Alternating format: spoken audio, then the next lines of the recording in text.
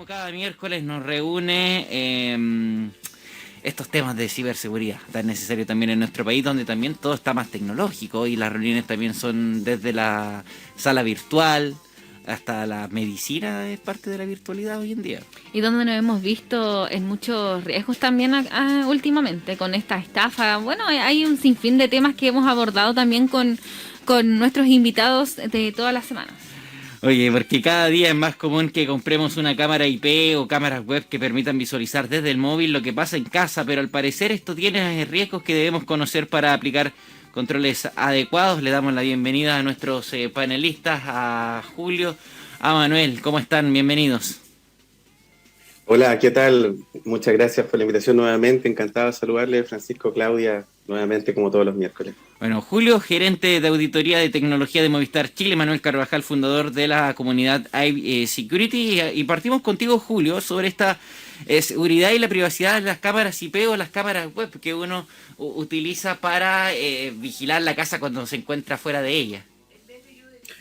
Sí, fíjate, Francisco, que la masividad de este producto es impresionante durante el último tiempo, sobre todo en términos de pandemia, en tiempos de pandemia, dado que primero es muy fácil de adquirir, es muy económica. En el mall uno la consigue por, sé, 20.000, 30.000 pesos, y si la importas de China te sale más barata todavía.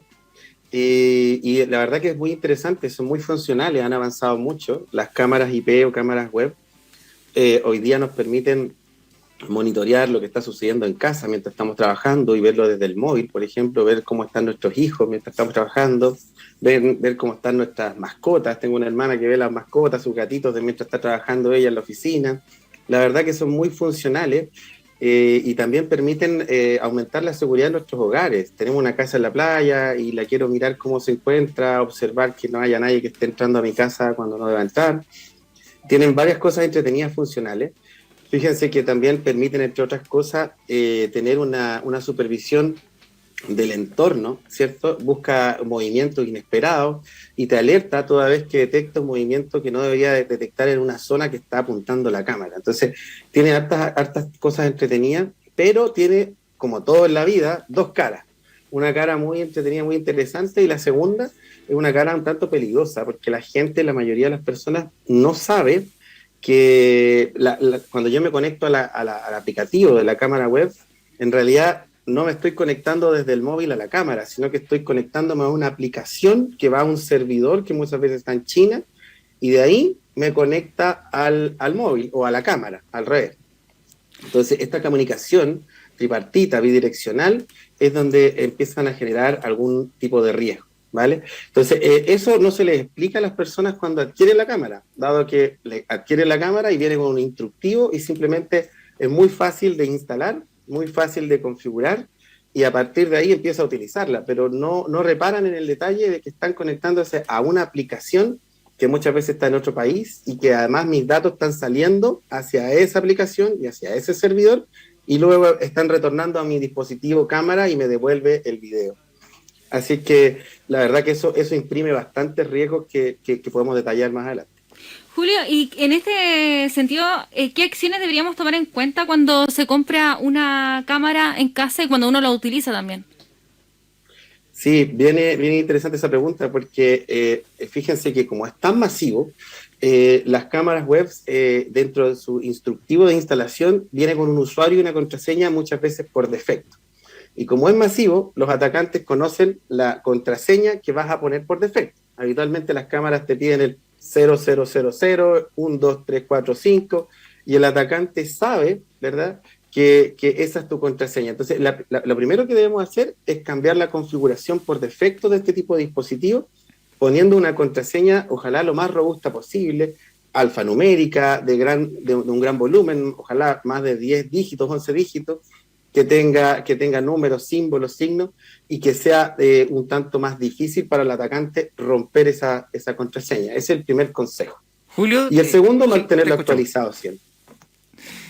Julio, a mí me causa curiosidad porque en redes sociales uno ve cada cosa y te pregunto a ti directamente si existen casos reales de toma de control de cámara. Sí, mira, la verdad que el CECIR Chile el año pasado informó de varias tomas de control de cámara, no en Chile, sino que en Estados Unidos. Y como las cámaras tienen la posibilidad de ser bidireccional, es decir, puedo hablar a través de la cámara y escuchar lo que está ocurriendo al otro lado, han ocurrido casos en que los atacantes identifican a un niño y le empiezan a hablar cuando el niño se encuentra solo. Eso es lo más peligroso, porque empiezan a tratar de establecer comunicación y ganar confianza con el niño y da espacio para el desarrollo del grooming o el desarrollo de exportación de imágenes que nosotros no queremos. En Estados Unidos se han dado 3 o 4 casos bastante importantes y muy bullados durante el 2019 y el 2020 de toma de control de cámara. Julio, ¿cuáles son los riesgos más grandes a los que nos enfrentamos con el uso de estas cámaras? Mira, básicamente que el atacante penetre la cámara, observe lo que estamos haciendo, obtenga información que nosotros pensamos que no está obteniendo y la utilice para una extorsión posterior. Eso por una parte.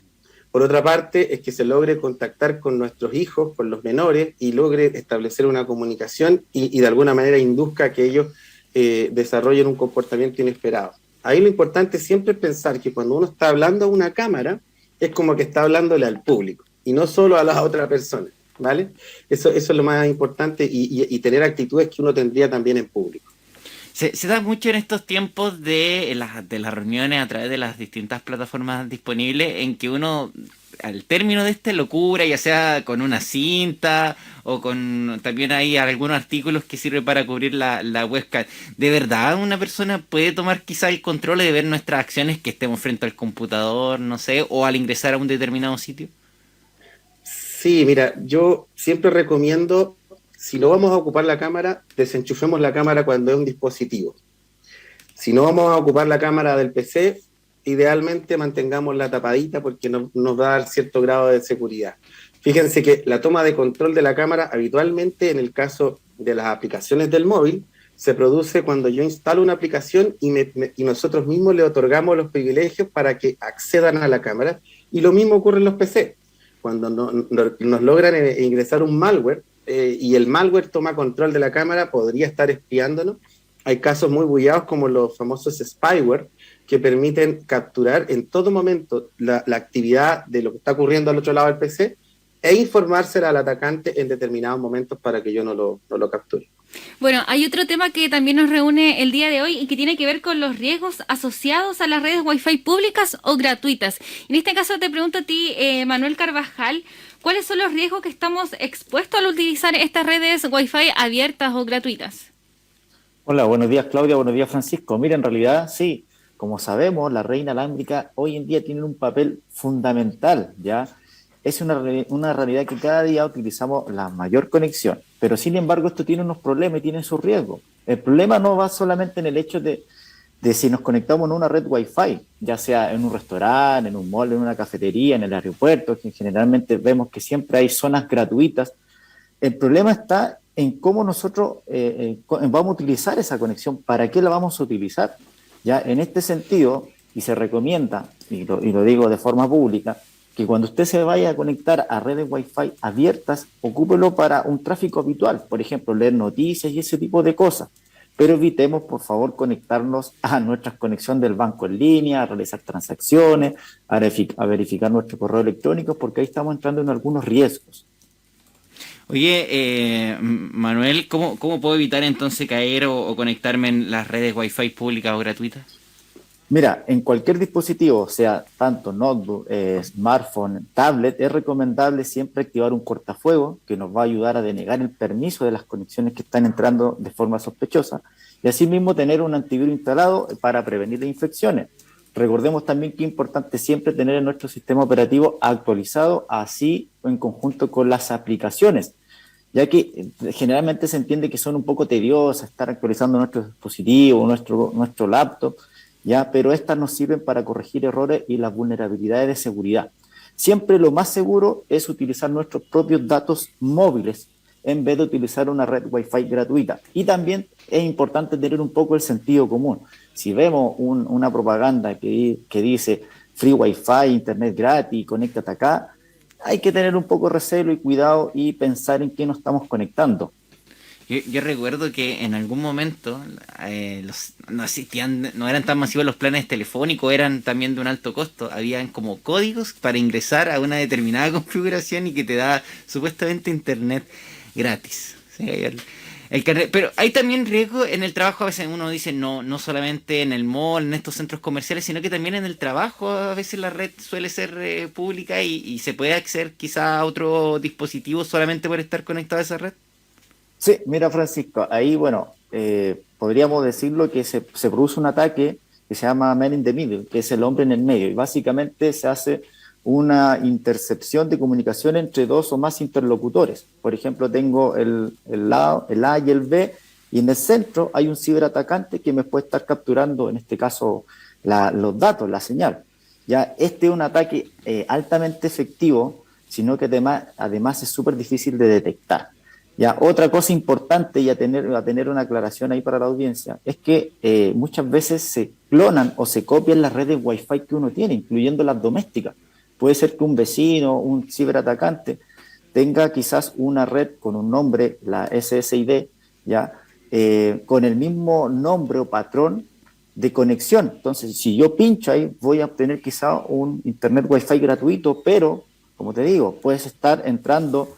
Y aquí se produce otra cosa, que es un tema que podemos conversar más adelante, que es entrar a un portal cautivo quizás, y también puede ser víctima de phishing a través de ese portal cautivo, ¿ya? Insisto, lo más importante aquí es no realizar tipos de transacciones bancarias, ¿ya? Ni trabajar con información confidencial cuando nos sometemos a este tipo de conexiones Wi-Fi gratuitas. Eso es lo más importante. En los barrios se da mucho que se repiten los nombres porque le ponen el nombre del pasaje. Sí. Exactamente. Manuel, hay otra situación que igual se da muy cotidianamente y es compartir Wi-Fi desde el teléfono. ¿Cuáles son los riesgos también a los que nos enfrentamos? Oh, mira, ahí en realidad tú estás compartiendo los datos del móvil, ¿ya? Si bien es más seguro en realidad eso que conectarse a Internet, ya que la comunicación va directamente desde el dato que te entrega el proveedor en este caso de la compañía de servicio, ¿ya? Si bien pueden existir riesgos, como el ataque, como se dice, el hombre intermedio, es un poco más difícil, ya que, insisto, estamos trabajando con los datos móviles de nuestro propio dispositivo y no así conectando en una red externa. Pero siempre también si alguien con más habilidades tecnológicas o informáticas, también puede tener la habilidad de hacer un phishing o un bypass y poder entrar también a tu dispositivo. Muy bien, Julio Naranjo, gerente de auditoría de tecnología de Movistar Chile, y también Manuel Carvajal, fundador de la comunidad iSecurity. Un gusto conversar nuevamente con ustedes en esta zona Cyberclick, como ya estamos acostumbrados cada miércoles. Que tengan una gran jornada y muchas gracias por estos interesantes datos. Muchas gracias. Chao, que tengan bien. Cuídense. 10 de la mañana con 44. Oye, desconecta el wifi de la radio. Claro, sí. El director puede estar ahí revisando. Está robando los datos. Voy a traer mi propio modem mañana. No, pero ahí están las recomendaciones porque uno siempre se tienta cuando hay una red Wi-Fi gratuita en algún lugar ahí muy, muy público, así que a estar atentos también. ¿Qué pasa? Hay personas que a veces son tan dependientes del móvil que es como que llegan a una casa o llegan a un local y dicen, acá hay Wi-Fi, y empiezan a mirar. Claro, y empiezan a mirar a ver la si... clave, sí. O le preguntan al mozo si tiene la clave del recinto. Y hay algunos que te lo entregan por la compra, por la boleta viene como el código del... Mira qué práctico. Pero sí, pero igual uno sabe eso riesgo. ¿No? Claro, pero ahí está el llamado de ellos de no hacer ninguna transacción bancaria, no meterse al banco, nada de nada. Claro, pues, por ejemplo, si usted está en una red abierta, red pública, como en estos casos de los malls, mejor evitarlo, pues. Mejor evitar hacer estas transacciones. Un muy buen dato. Yo creo que quizás nadie se esperaba que fuera tan riesgoso acceder a estas redes. Es verdad, esa dependencia que tienen las personas por el Wi-Fi.